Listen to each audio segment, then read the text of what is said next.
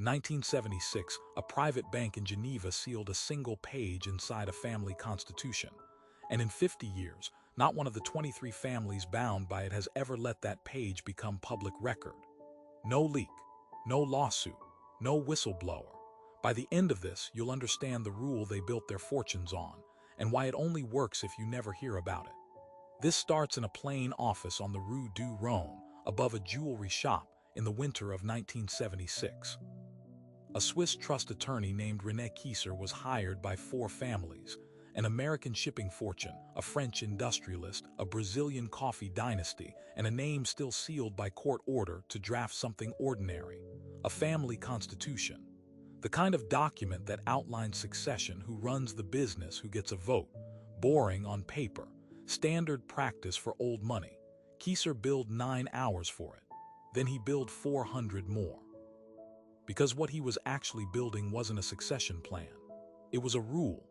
One clause buried on page 11 that every signing family has kept out of every prospectus, every court filing, every biography written about them since.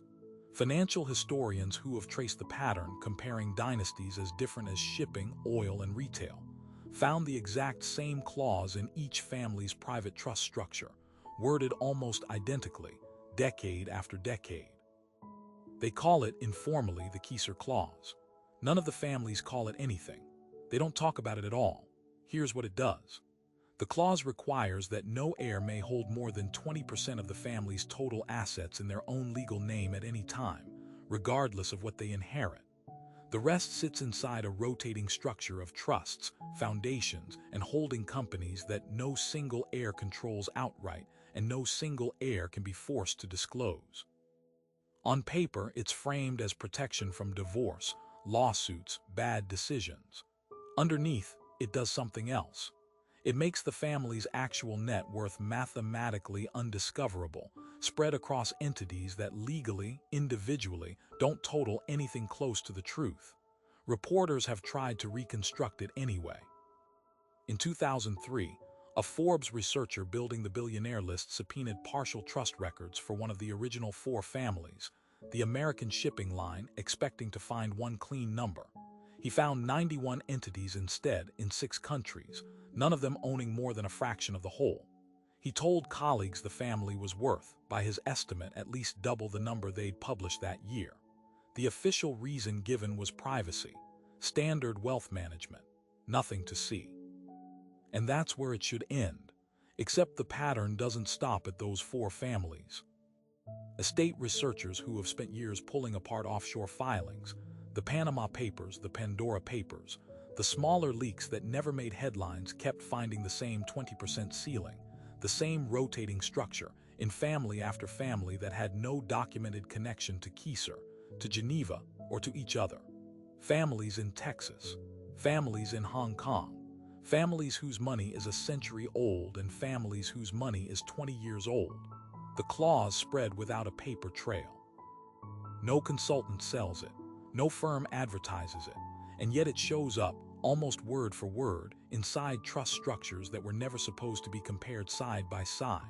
Now watch what happens next, because this is the part that doesn't add up. If the rule was just smart estate planning, families would want credit for it. Wealth managers build entire careers on selling the strategy the ultra-rich use. But nobody sells this one.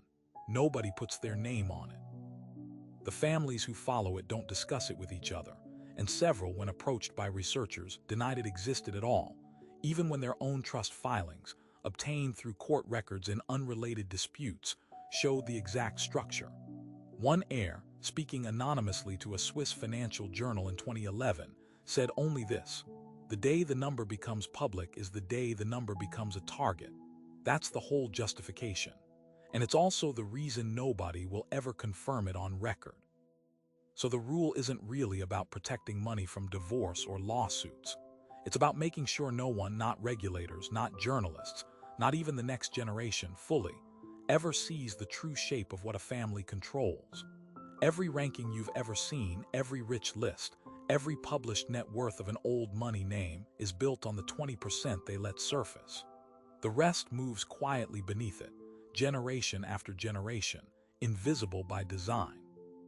Which raises the question no one in that room on the Rue du Rhône ever had to answer out loud.